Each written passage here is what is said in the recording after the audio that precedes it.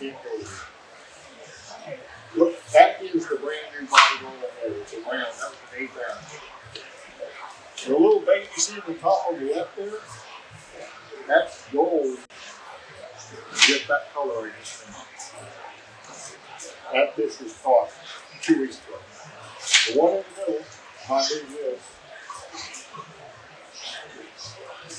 Watch what the bait is at the top.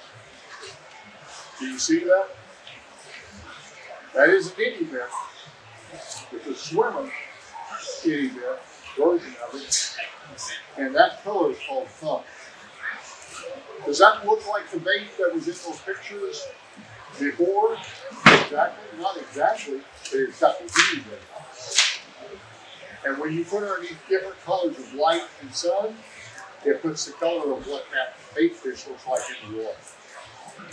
This is fun. The colors that I'm showing today, I'm going to give everybody a pack of, this came out one January. These colors have not even been seen by most of these fish in the state. And what we did is we took some of the best colors and looked at the attributes of what we saw in fish, and then looked at the color schemas that would change things up. Because when you change colors, if you put something that's successful together, pretty soon what you're going to end up with is something a fish has not seen. So a bait that's like monkey milk that has sold millions over the years, blue flash is another one that you want. Blue flash is a big color. There is a combination of blue flash and another color in this batch. So be sure to watch like a Bass Pro or something. They're coming out. Canada's going to have them. They should be out there. You can go up on Frank Pro's website right now. Called Werner. They've got them up there now. That one on the right, 2.5 pounders. If I could have stuck it in his mouth, that was caught on an itty bit fly with a 32nd ounce head. That was on that river system for that tournament in the creek. Those are the fish that we were catching, almost like that. These are recent. The one on the right is Jordan.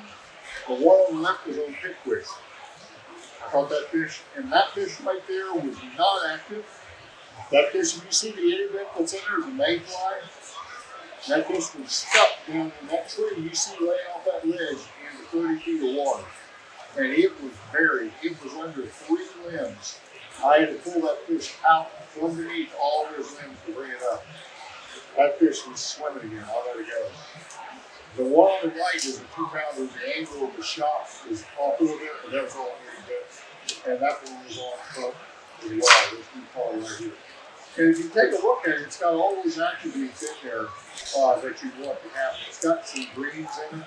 And it's got some of the combinations of having the look of a bait fish. So, that's it. These are what the packages look like for the itty bit heads.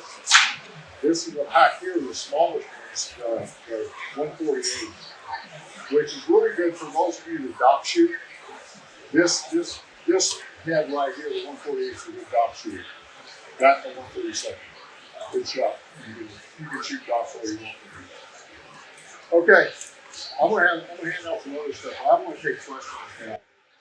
What you'd like to know beyond what I talked about. I kind of skipped over fast because I really went through 2 presentations to try to get you on that. First of all, have I helped you? Okay, that's my goal.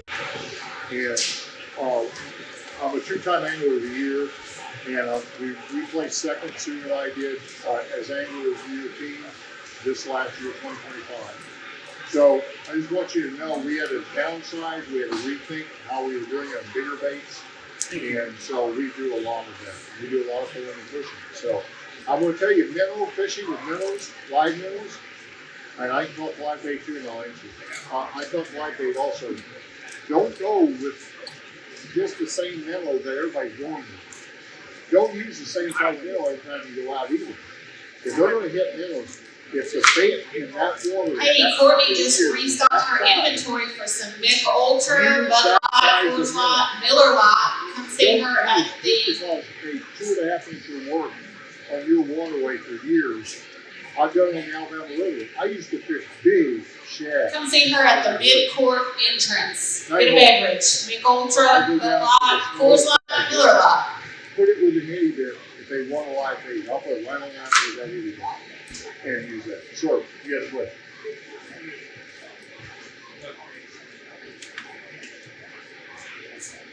He wants to know about location. That's a whole seminar on itself. But I will answer it. Okay. What's your predominant lake you fish?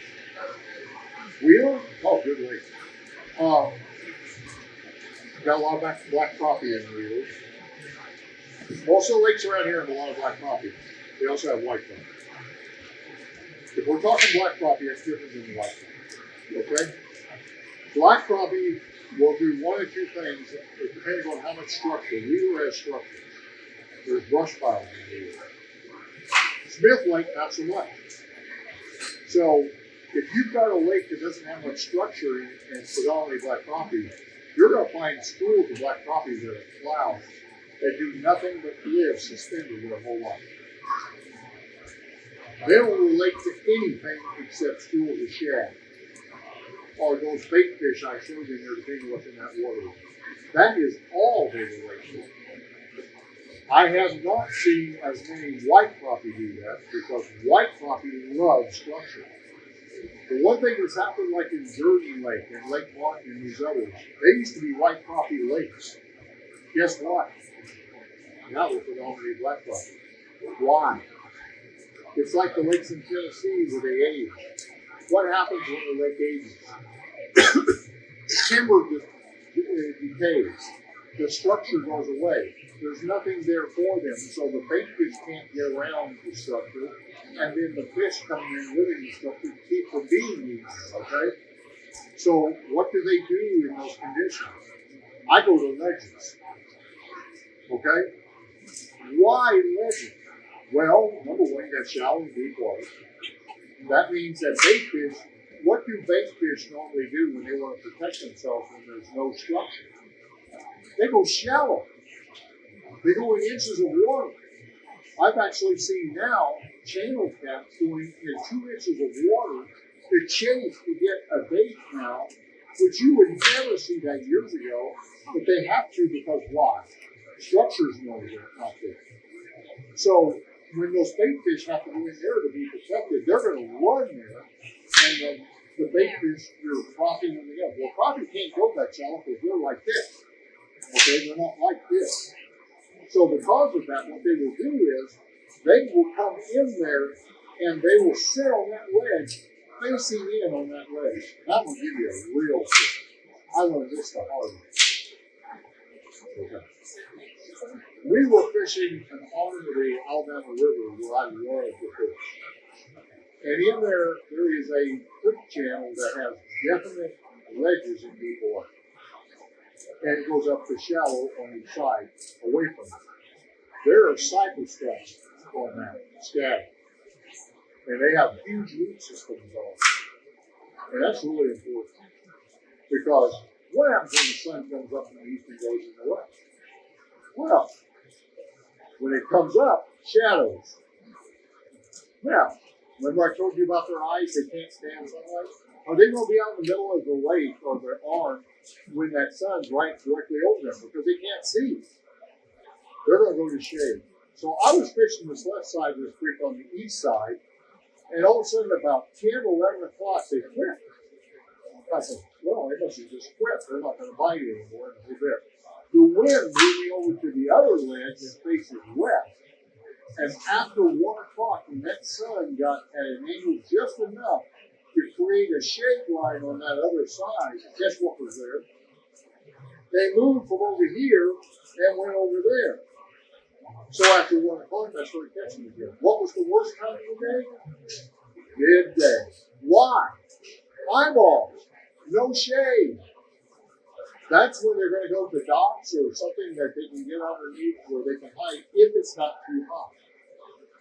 So your structure that you're looking for, you may not be looking for structure at all, except ledges and old creek channels that wind their way along, depending on the time of the year. Now, I'll give you one more tip. Winter time. Where do they shad go in any body of water in the wintertime when you have predominant winds out of north-northwest, which is north-northwest, man. North-northwest protected area.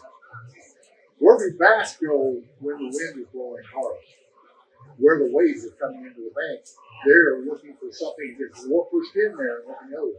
Will you catch crappie there? No, not many of them. Why? They don't like fighting the wind. They don't want to swim in front. Bass don't care. Crappie do. Bluegill do. They'll be on the edge of the current, or they'll be someplace protected near that current. And why? What happens to bait fish? When the wind blows like that, bait fish get disoriented, and then when they do, they'll come to a post and they'll fall. You can look down the post or a vertical line, and there'll be bait fish lined up on the shade side of that, or the down current side that's protected.